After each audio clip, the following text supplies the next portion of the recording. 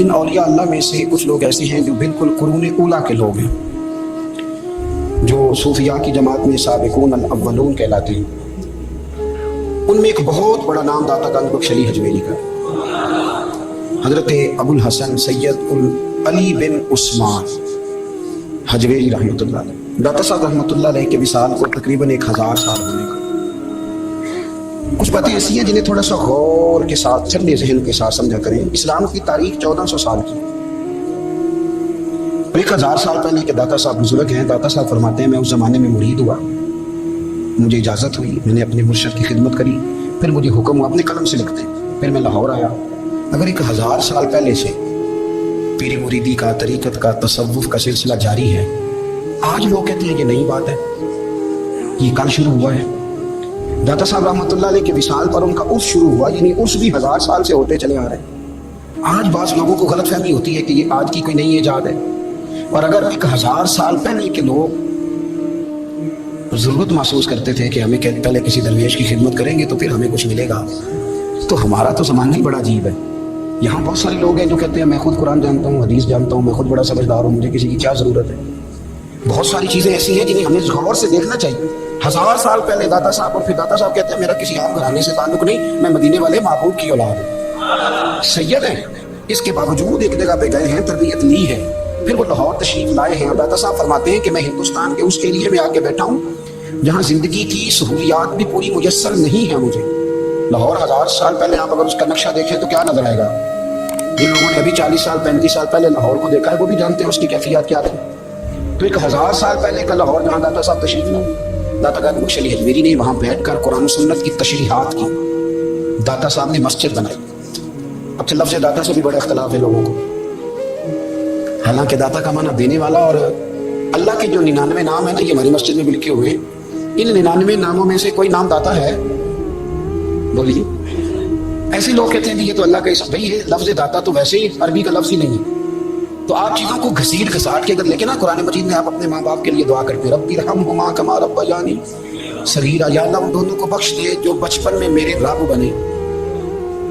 رب ارحمہما کما ربیانی صغیرا، رب کا معنی پالنے والا۔ تو قرآن مجید نے تو ماں باپ کو رب کہہ دیا تو شرک ہو گیا۔ وہاں اللہ رب اور معنوں میں ہے، ماں باپ رب اور معنوں میں ہے۔ یہاں معنی پالنے والے کو، ماں باپ اولاد کو پالتے ہیں نا، اصل پالنے والا کون ہے؟ اللہ۔ تو اب کسی نے کہا کہ ابا آپ نے مجھے پالا ہے تو کافر ہوا کہ مسلمان ہوا؟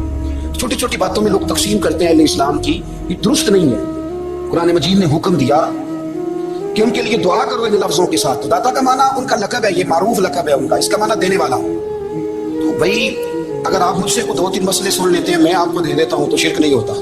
میرا استاد اگر مجھے 2-4 باتیں سکھاتا ہے تو شرک نہیں ہوتا۔ آپ کے اور میرے بزرگ والدین ہمیں کو 2-4 ہزار دیں، ہم ان سے مانگ لیں تو شرک، تو یہ اتنی زیادہ وہ معاملہ نہیں ہے۔ آپ اس کو سمجھیں، لوگ الجھاؤ پیدا کرتے ہیں، اس الجھاؤ سے بچنا چاہیے۔ ہم سے بندہ مسلمان تو ہوتا کوئی نہیں، لیکن ہر جمعے کو 2-4 لاکھ کو کافر ضرور کر دیتا، جانے کب مار دے کوئی مجھے کافر کر کے شہر کا شہر مسلمان بنا بیٹھا ہے۔ تو اتنا سستا نہ کریں اس چیز کو، چیزوں کو سمجھیں اور غور کریں۔ تو داتا صاحب رحمۃ اللہ علیہ نے قرآن و سنت کی تشریحات کی۔ اب ایک بات میں کہنے لگا ہوں، داتا صاحب رحمۃ اللہ علیہ، بابا فرید صاحب رحمۃ اللہ علیہ، حضرت شیخ عبد القادر جیلانی غوث پاک رضی اللہ تعالیٰ عنہ، یہ وہ بزرگ نہیں ہے کہ جن کی تاریخ دفن ہے، جن کا کوئی پتہ نہیں کہاں سے آئے، کہاں گئے، کیا تھے، کیا کرتے تھے، یہ وہ اس طرح کے لوگ نہیں ہیں۔ ان لوگوں کا کلام اصل صورت میں آج بھی دنیا میں موجود ہے۔ بابا فرید کی تحریریں موجود ہیں، حضرت غوث پاک کی کتابیں موجود ہے، داتا گنج بخش علی حجویری کی کشف المحجوب شاید دنیا کی ہر زبان میں ملتی ہے۔ اب میں جو بات کہنے لگا اس پر غور کرنا، اگر کشف المحجوب آپ پڑھیں نا ساری، تو سب سے پہلے وہاں ملنگوں کا داخلہ بند ہوگا، کوئی ملنگ آپ کو نظر نہیں آئے گا، کیونکہ داتا صاحب کی تعلیمات بالکل اس کے برعکس ہیں۔ فوری طور پر وہاں عورتوں کا داخلہ بند ہوگا، کیونکہ داتا صاحب کی تعلیمات اس کے بالکل برعکس ہیں۔ میلے ٹھیلے یہ ساری چیزیں وہاں بند ہوں گی۔ یہ کوئی کہیں نہیں داتا صاحب نے کہا کہ پنڈی سے پیدل آنا، بڑے بڑے جھنڈے اٹھا کے اور میرے مزار پہ حاضری دینا، داتا صاحب اس کے مخالف ہیں، اس لیے کہ وہ کوئی ایسی چیز تو نہیں کہ وہ دفن ہے۔ داتا کی حجویری کی تعلیمات تو لکھی ہوئی ہیں، کتاب موجود ہے، اور ہر چیز کا انہوں نے بیان کر دیا اس کے اندر۔ علم سے شروع ہوئے وہ، علم، عمل، فقر۔ داتا صاحب نے تو کھانے کے آداب بھی بیان کیے، داتا صاحب نے چلنے کے آداب لکھے کشف المحجوب کے، داتا صاحب نے بولنے کا شریعت میں کیا طریقہ وہ بھی بیان فرمایا۔ داتا صاحب نے تو کوئی ایسی چیز نہیں ہے جو آپ کہیں کہ باہر سے لے کے جانی پڑے۔ مسئلہ تو یہ ہے کہ یہ جو کچھ ہو رہا ہے، ایک آدمی ان کی قبر سے پھول اٹھاتا ہے اور وہ کسی کے گلے میں ڈالتا ہے تو اس کا بھی اسے 400-500 روپیہ نظرانہ چاہیے۔ یہ کہاں لکھا ہے داتا صاحب نے؟ کس کتاب کا حصہ ہے؟ ان کے مزار کو آپ جس مرضی چیز سے غسل دیں، اور داتا صاحب نے نہیں کہا تھا کہ سندل لے کے آنا تو میری قبر کو غسل دیں، انہوں نے کہیں نہیں کہا۔ کیوں زیادتی کرتے ہیں مشائخ کے ساتھ؟ میرے اعلیٰ حضرت فاضل بریلوی رضی اللہ تعالیٰ عنہ سے کسی نے پوچھا تھا، ہم بڑی لوگوں کی باتیں سنتے ہیں، مزارات پہ لوگ جاتے تھے تو نفع ہوتا تھا، اب کیا بات ہوئی؟ اب اس طرح سے ہماری دعائیں مستجاب نہیں ہوتی۔ اعلیٰ حضرت فرمانے لگے تم بزرگوں کے مزاروں پہ غیر شرعی کام کرتے ہو، اللہ والے تم سے ناراض ہو گئے، وہ تو تم سے ناراض ہے، وہ تمہاری سفارش کریں گے اللہ کی بارگاہ میں، وہ تو ناراض ہے تم سے، تم وہاں جا کے جو کچھ کرتے ہو وہ ان کو راضی کرنے والا ہے کہ ناراض کرنے والا؟ داتا صاحب نے تعلیم سب سے پہلے آپ نے اسبات علم کا باب باندھا ہے اور آیت یہ لکھی ہے پہلے، انما یخشى اللہ من عبادہ العلماء۔ آپ فرماتے ہیں علم ہوگا تو بندہ اللہ سے ڈرے گا، اور بڑی یہ سخت بات ہے، پر داتا صاحب نے لکھی ہے، میری مجبوری ہے، تعلیمات داتا گان بخش موضوع ہے، یہ بات کرنی پڑے گی۔ داتا صاحب کہتے ہیں جو بندہ بغیر علم کے فقیری کا دعویٰ کر جائے وہ اسی طرح ہے جس طرح کنویں کے گرد بیل پانی نکالنے کے لیے گھوم رہا ہوتا ہے، وہ چلتا تو رہتا ہے پر اس کی منزل کوئی بھی نہیں ہوتی، وہ گھومتا تو رہتا ہے پر اسے نتیجہ کوئی ملتا نہیں۔ فرماتے ہیں وہ اس بیل کی طرح ہے کہ گھومتا تو رہے گا پر کوئی منزل اسے میسر نہیں آئے گی۔ اگر کوئی منزل لینا چاہتا ہے تو پہلے اللہ کی کتاب پڑھے اور مدینے والے محبوب کی حدیث یاد کرے، پھر اسے منزل نصیب ہوگی، ورنہ اس کے لیے کوئی رستہ تعین ہو سکتا۔ اور داتا صاحب نے پھر حدیث لکھی نبی کریم علیہ السلام، فرماتے کچھ علم حاصل نہیں کرتے، کچھ علم لیتے ہیں پر اس سے نفع نہیں لیتے، پتہ ہوتا ہے پر عمل نہیں کرتے۔ آپ نے حدیث لکھی ہے، نبی کریم علیہ السلام نے فرمایا اللہم انی اعوذ بک من العلم لا ینفع، اے اللہ میں اس علم سے تیری پناہ مانگتا ہوں جو علم تو ہو پر اس سے نفع نہ اٹھایا جا سکے، جو علم تو ہو پر اس پر عمل نہ ہو۔ داتا صاحب رحمۃ اللہ علیہ فرماتے ہیں علم ہمیشہ اس لیے سیکھنا کہ اللہ تبارک و تعالیٰ تمہیں اس کا نفع عطا کرے۔ اور پھر آگے بڑھتے ہیں تو آپ فرماتے ہیں جب علم سیکھ لو تو پھر نہ اللہ رسول سے عشق کرنا، فرماتے ہیں پھر نمازیں پڑھنا آسان ہو جائے گی، روزے رکھنا آسان ہو جائے گا، قرآن مجید پڑھنا آسان، محبت کرنا۔ اور آپ نے مثال دی، جہاں بھی کوئی بات سمجھاتے ہیں ایک مثال دیتے ہیں، مثال دی فرمانے لگے حضرت عبداللہ ابن مبارک رحمۃ اللہ تعالیٰ علیہ فرماتے ہیں میں شروع میں ایک عورت پہ عاشق ہو گیا، سمجھانے کے لیے بات کرتے ہیں، عاشق ہو گیا تھا ایک عورت پہ، تو میں نے عشاء کی نماز اس کے محلے میں جا کے پڑھی، چونکہ میرا مذہبی گھرانے سے تعلق تھا، نماز میں پڑھتا تھا، تو امام صاحب جو تھے نا کہ داتا صاحب نے لکھا کشف المعجوب، امام صاحب نے نا آیات ذرا لمبی پڑھی، میرے دل میں خیال آیا کہ مولانا آپ تو فارغ ہیں تو ہمیں تو اور بھی کام ہے، تو کہتے ہیں نماز سے فارغ ہو کے میں اس کے گھر کے چکر لگاتا تھا، ساری رات گھومتا رہتا تھا، وہ چند لمحوں کے لیے چھت پہ آتی تھی، دو ایک بات کرتی تھی چلی جاتی تھی، حال یہ ہے کہ مجھے کبھی اس پہ غصہ بھی نہیں آیا، اور اس کا انتظار کر کے کبھی میں تھکا بھی۔ یہ داتا صاحب لکھ رہے ہیں۔ حضرت عبداللہ ابن مبارک فرماتے ہیں ایک رات میں گیا، اسی طرح میں نے نماز پڑھی، پھر میں اس کے گھر گیا، میں ساری رات، سردیوں کی ٹھنڈی رات 11-12 گھنٹے اس کے گھر کا طواف کرتا رہا، معاذ اللہ چکر لگاتا رہا۔ آدھی رات کو سحری کا وقت وہ چھت پہ آئی 1 منٹ کے لیے اور کہنے لگی گھر میں مہمان بہت زیادہ ہیں، آج بات نہیں ہو سکے گی۔ حضرت عبداللہ ابن مبارک فرماتے ہیں کہ میں جب واپس لوٹا تو نہ مجھے اس پہ غصہ تھا نہ مجھے تھکاوٹ تھی، بلکہ میرے دل کے اندر اس کے لیے محبت بڑھ رہی تھی۔ میں کہہ رہا تھا کتنی اچھی ہے بیچاری، اتنے رش میں بھی اور اتنی مجبوری میں بھی 1 منٹ کے لیے چھت پہ آئی ہے، پھر بھی مجھے اس سے پیار بڑھ رہا تھا۔ کہتے ہیں جب میں تھوڑا آگے بڑھا تو فجر کی اذان ہو رہی تھی، یکدم میرے اندر سے آواز اٹھی، میں نے کہا عبداللہ اگر تو ایک عورت کے لیے ساری رات کھڑا رہتا ہے، نہ تھکاوٹ ہوتی ہے نہ غصہ آتا ہے بلکہ پیار بڑھتا ہے، اگر عورت کے لیے بندہ کھڑا رہ سکتا ہے تو رب رسول کے لیے بھی کھڑا رہ سکتا ہے۔ پھر تراویح پڑھنا کوئی اتنا مشکل کام نہیں ہے، پھر تہجد کے لیے اٹھنا کوئی مشکل کام نہیں ہے، شرط یہ ہے کہ پیار ہو جائے۔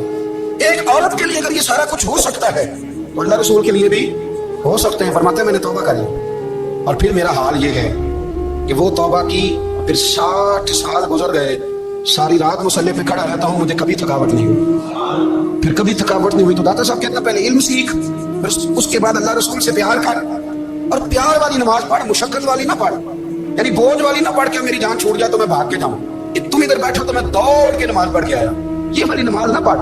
پھر تو آیا تو پھر ذوق پیدا کر، پھر تیرے اندر شوق، پھر تو توانائی والا جذبہ رکھے دین کے معاملے میں۔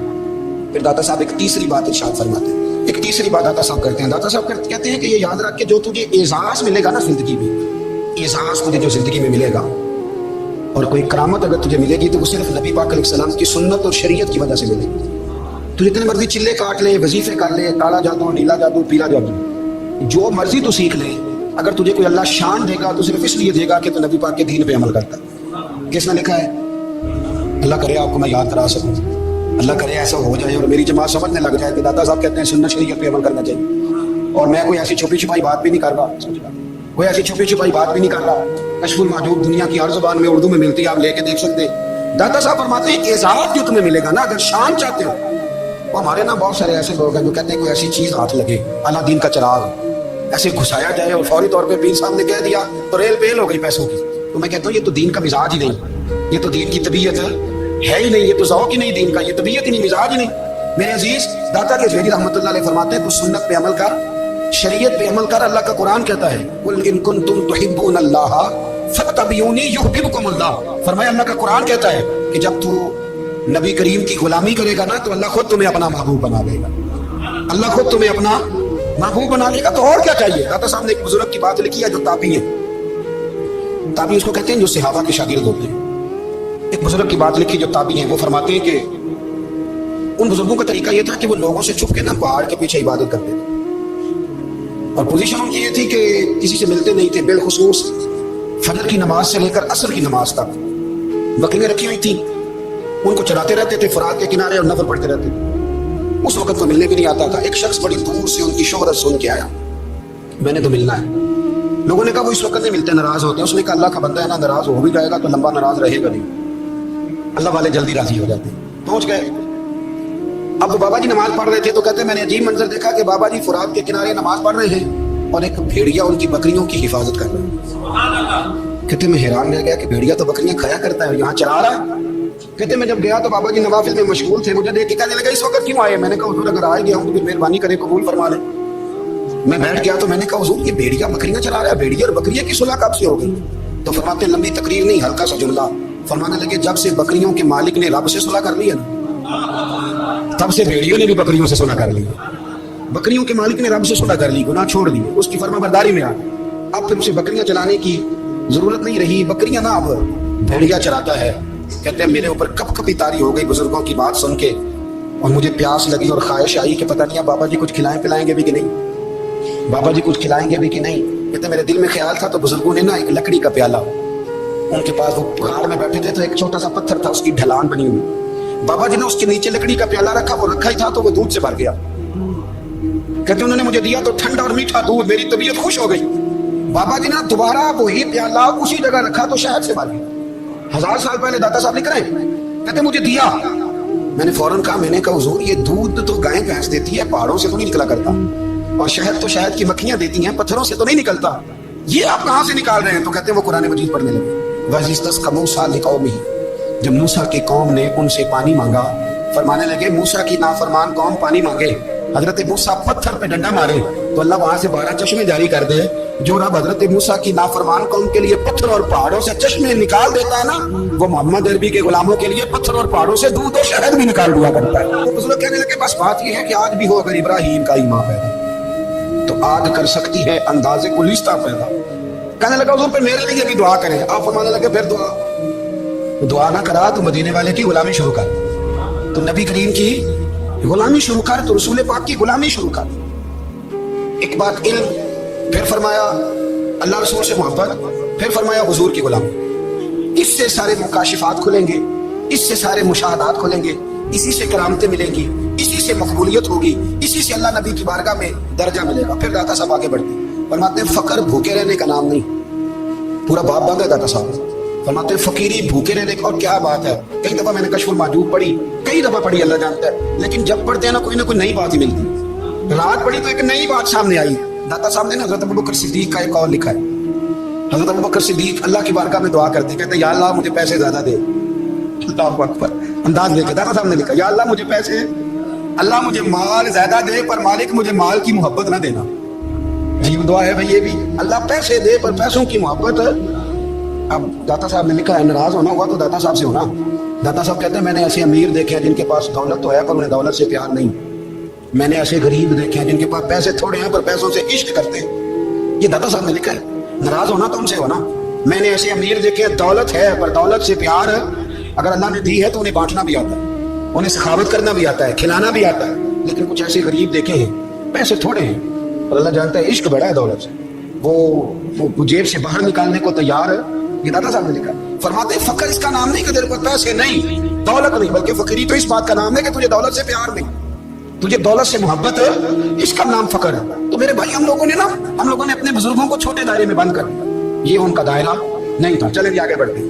5ویں بات داتا گانج بخش علی اجمیری. 5ویں بات داتا صاحب فرماتے ہیں کہ اپنی زندگی میں نا فقیر درویش کسی دنیا دار کے سامنے ہاتھ نہیں پھیلاتا. اپنی سفید پوشی بچا کے رکھتا ہے، وہ ہاتھ نہیں پھیلاتا۔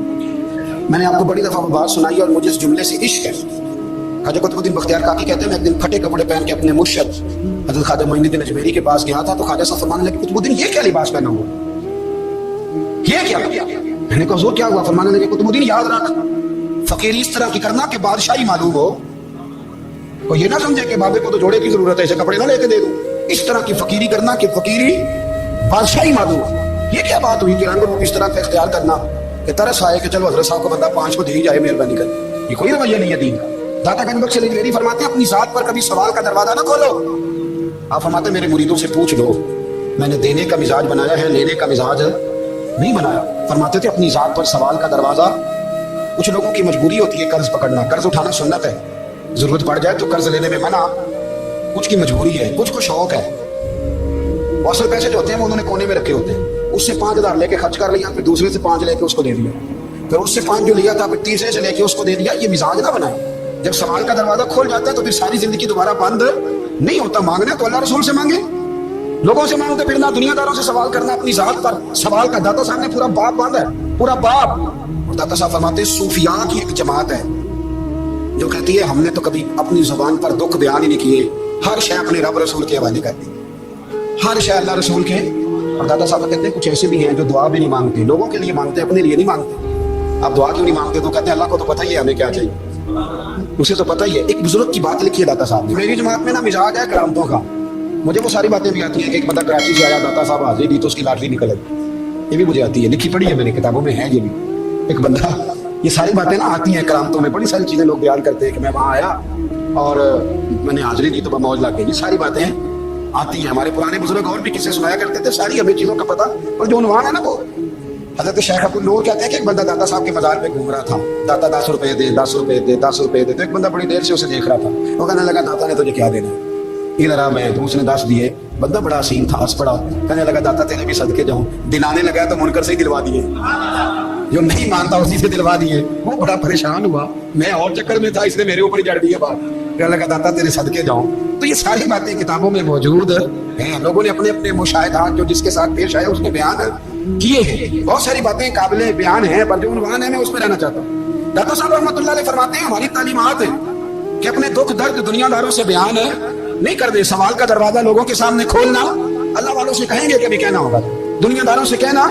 کہتے ہیں شیخ احمد نام کے بزرگ تھے، ساری زندگی کسی کو کام نہیں بتایا، ساری زندگی بڑی مشکلات آئی پر کبھی اپنی ذات پر سوال کا دروازہ نہیں کھولا۔ ایک ایسی مشکل آئی کہ جو حل ہی نہیں ہوتی، کسی نے ان پر کوئی الزام لگا دیا۔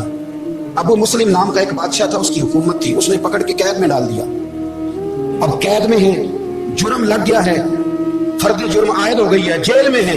لوگ کہنے لگے حضرت جی اپنی صفائی میں کچھ کہیں، فرمانے لگے ساری زندگی بندوں سے کچھ نہیں کہا، اللہ رسول کو پتہ ہے میں بے گناہ ہوں، مجھے کہنے کی ضرورت نہیں۔ داتا غازی بخش علی اجمیری نے لکھا ہے، داتا صاحب کہتے ہیں تو یقین کامل تو پیدا کر، تو ایمان تو پختہ کر۔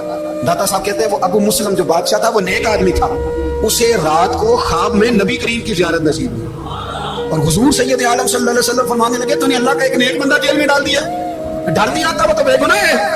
بادشاہ آدھی رات کو خود اٹھا، دادا صاحب فرماتے ہیں کسی گارڈ کو نہیں بھیجا، پولیس والے کو نہیں بھیجا، جیلر سے نہیں کہا، خود گیا، جا کے جیل کا دروازہ کھولا، دروازہ کھول کے اس درویش کو آزاد کیا، کہنے لگا بابا جاؤ مجھے پتہ چل گیا بے گناہ ہے۔ بابا جی سلام کر کے جانے لگے تو بادشاہ پھر آگے آیا، ہاتھ باندھے، ہاتھ چومے، کہنے لگا حضور آپ بڑے نیک ہیں، میرے لیے کوئی حکم ہو تو بتائیے گا، میرے لائق کو خدمت ہو تو بتائیے گا۔ تو شیخ احمد فرمانے لگے تجھے ابھی بھی سمجھ نہیں آئی، تجھے ابھی بھی نہیں سمجھ آئی؟ کہنے لگا حضور کیا؟ فرمانے لگا جو تہجد کے وقت تجھے اٹھا کے مجھے رہا کرنے بھیج سکتے ہیں وہ میری کوئی ضرورت باقی رہنے دیں گے؟ مجھے کوئی ضرورت پڑے گی کسی اور کو کہنے کی؟ جو تہجد کے وقت تجھے اٹھا کے بھیجتے ہیں کہ جا کھول جا کے دروازہ، وہ ضرورت رکھیں گے میری؟ ضرورت مجھے رہے گی کہ میں تجھے اور کوئی کام؟ ابھی بھی تجھے سمجھ نہیں آئی؟ وہ داتا علی اجمیری رحمۃ اللہ علیہ فرماتے ہیں اصل میں ہماری طبیعت ہے، ہم نے بندوں سے دل لگا لیا، دل اللہ رسول سے لگا، کسی بندے سے لگانا تو اس سے لگاؤ جو اللہ والا ہو۔ آپ فرماتے ہیں کہ اپنی ساری خواہشات اپنے رب رسول سے، آپ فرماتے ہیں کہ اگر اللہ کے حوالے اپنی خواہشات کر دو گے تو رب تمہیں نا عام لوگوں سے زیادہ عطا کرے گا، عام لوگوں سے۔ اور پھر داتا صاحب نے آگے جا کے ایک چھٹی بات لکھی ہے، اتنا وقت نہیں ہے ورنہ کشف المعجوب کا تو ایک ایک صفحہ الٹتے جائیں تو کیا کیا چیزیں کھلتی چلی جاتی ہیں۔ داتا صاحب نے لکھا ہے، داتا صاحب فرماتے ہیں اگر تو چاہتا ہے نا رب جلدی راضی ہو جائے پھر اللہ کی مخلوق سے محبت کرنی شروع کر دے۔ اگر تو چاہتا ہے کہ رب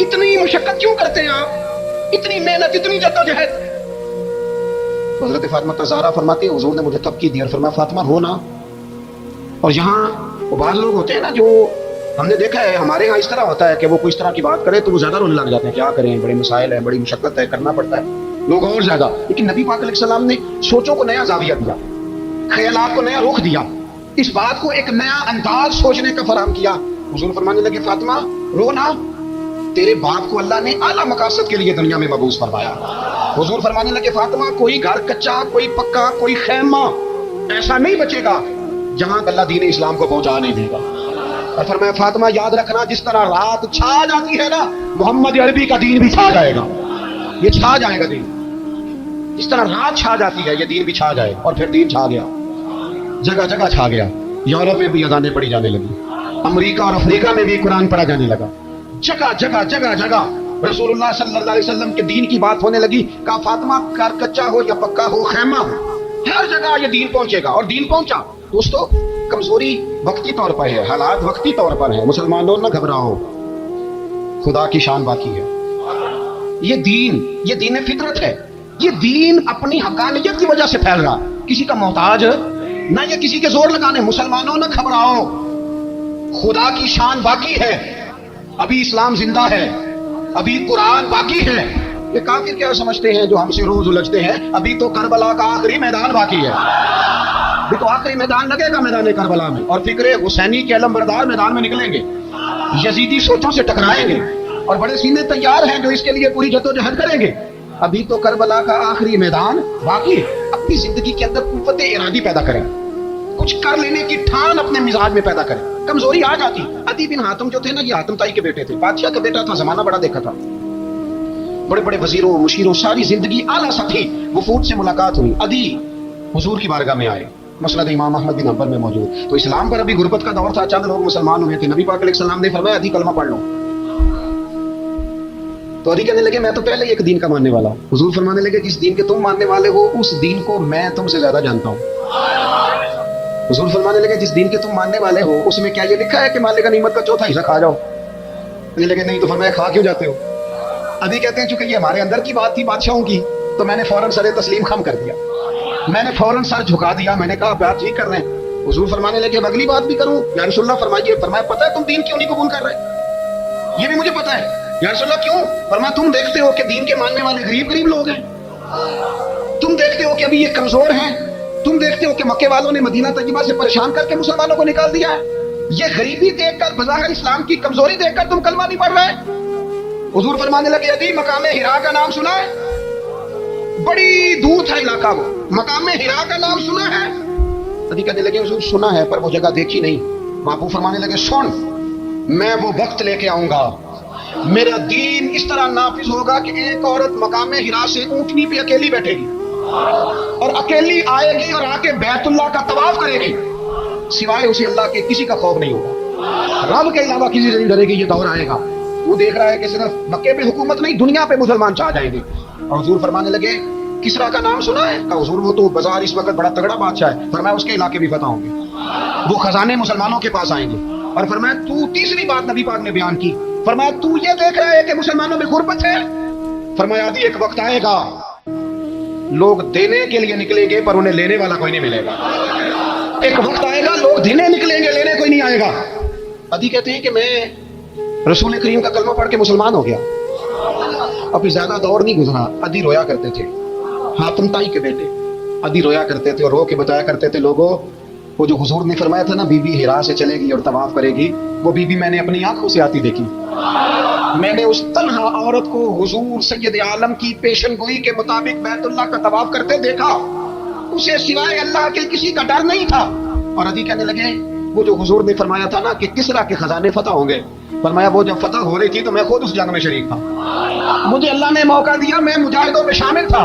اور فرمانے لگے تیسری پیشن گوئی رہ گئی ہے, مجھے امید ہے وہ بھی پوری ہوگی. حضرت عمر بن عبدالعزیز کے زمانے میں آ کے وہ دور بھی آیا کہ لوگ زکوٰۃ دینے نکلتے تھے, لینے والا کوئی نہیں ملتا تھا. لوگ کسی کو غریب سمجھ کے صدقہ دینے لگتے تھے, وہ کہتا تھا بھائی لے جا, میں تو رات کو دے کے آیا ہوں. لوگ دینے نکلتے تھے, لینے والا کوئی نہیں. اسلام کی فطرت میں قدرت نے لچک دی ہے, اتنا ہی یہ ابھرے گا جتنا کہ دبا دو گے. یہ مولویوں کی وجہ سے، پیروں کی وجہ سے، سیاستدانوں کی وجہ سے نہیں چھائے گا. یہ کیوں چھائے گا؟ کہ ارسل رسولہ بالہدی ودین الحق، یہ اس لیے چھائے گا کہ اللہ نے بھیجا ہی حق کے ساتھ ہے، یہ آیا حق کے ساتھ ہے، لہذا چھا جائے. حق ہمیشہ چھا جایا کرتا ہے. اور وَقُلْ جَاءَ الْحَقُّ وَزَهَقَ الْبَاطِلُ إِنَّ الْبَاطِلَ كَانَ زَهُوقًا. جب حق آتا ہے تو باطل خود بخود چھپ جاتا ہے، اور باطل ہوتا بھی مٹ جانے کے لیے. بس نا یہ دین چھا. حضرت خباب بن الارض رضی اللہ تعالیٰ عنہ فرماتے ہیں ہمیں بڑی تکلیف دی کفار مکہ نے، قریش نے بڑا ستایا. نبی پاک علیہ السلام خانہ کعبہ کے ساتھ ایک چادر لے کے آرام فرما رہے تھے. ہم حضور کی بارگاہ میں گئے، یا رسول اللہ دعا کریں یہ تباہ ہو جائیں، تانگ بڑا کرتے. حضور آپ دعا کریں اللہ کی بارگاہ میں. تو حضور اٹھ کے بیٹھ گئے، فرمایا جلدی نہ کرو، تم سے پہلے ایسے لوگ گزرے ہیں جن کو گڑوں کے اوپر رکھ کے نا تو آروں سے کاٹ دیا جاتا تھا، وہ 2 ٹکڑے ہو جاتے. فرمایا جلدی نہ کرو، تم سے پہلے ایسے لوگ گزرے ہیں کہ لوہے کی کنگھیوں سے ان کا گوشت نوچ دیا جاتا تھا، ہڈیاں تک زخمی ہو جاتی تھی، سی نہیں کرتے، زخم پہ زخم کھا کے جی خونے جگر کے گھونٹ پی، آہ نہ کر لبوں کو سی، یہ عشق ہے کو دل لگی نہیں. کہا خباب تھوڑا صبر کرو. اور پھر حضور فرمانے لگے خباب یہ بات یاد رکھنا، جو دین میں لے کے آیا ہوں یہ غالب ہو کے رہے گا، یہ غالب ہوگا. غالب وہ ابو سفیان جو میدان احد میں کہتے تھے فلاں بھی ہم نے مار دیا، فلاں بھی مار دیا. جب 10,000 کا لشکر لے کے نبی پاک گئے تھے نا دوبارہ واپس، 10 سالوں میں 3 لوگ لے کے حضور مکے سے آئے، اور 10,000 کا لشکر لے کے جب دوبارہ گئے نا، ابو سفیان کہنے لگے لڑنا ہی نہیں، کیونکہ جس شان سے معصوم آمنہ آئے ہیں لڑنے والی بات ہی کوئی نہیں، طاقت ہی نہیں، آنکھ نہیں ملا سکتے تو ہاتھ کیسے اٹھائیں گے. لیکن پتہ ہے حضور کا طریقہ کیا تھا؟ سیاہ امامہ تھا، اونٹنی پہ بیٹھے تھے، اور گردن محبوب نے اتنی جھکائی تھی کہ وہ اونٹنی کی گردن سے لگ رہی تھی. اس شان کے ساتھ حضور داخل ہوئے. اذا جاء نصر اللہ والفتح ورأیت الناس يدخلون فی دین اللہ افواجا. اپنے اندر نہ تھوڑی سی، آپ 24 گھنٹے دنیا کمائیں، کوئی منع نہیں کرتا، مال کمائیں، جائیدادیں بنائیں، حلال کمائیں، جتنا مرضی کمائیں، لیکن نہ کچھ تھوڑا سا اپنے آپ کو دین کے لیے، صرف مالی طور پر نہیں. ہمارے ہاں ایک بہت بڑا مسئلہ یہ بن گیا کہ صرف مالی طور پر ہم سمجھتے ہیں دین کی مدد کر دیں. اگر آپ اپنے پتر کو نمازی بنا چکے ہیں تو ایک کام آپ نے دین کی خدمت کا کر لیا. اگر آپ کی بیٹی پردے کی عادی ہو گئی ہے تو آپ نے دین کی خدمت میں ایک حصہ ڈال لیا ہے. اگر آپ کے گھر کے اندر آپ ان ساری چیزوں کو بین کرنے میں کامیاب ہو گئے، یا ایھا الذین آمنوا قوا انفسکم واہلیکم نارا، ایمان والوں خود بھی دوزخ سے بچو، اپنے اہل خانہ کو بھی بچاؤ. اگر فحاشی اور یعنی کا رستہ آپ نے اپنے دروازے کے باہر روک دیا ہے تو آپ نے دین کی خدمت کر لی ہے. اگر آپ اپنے دوستوں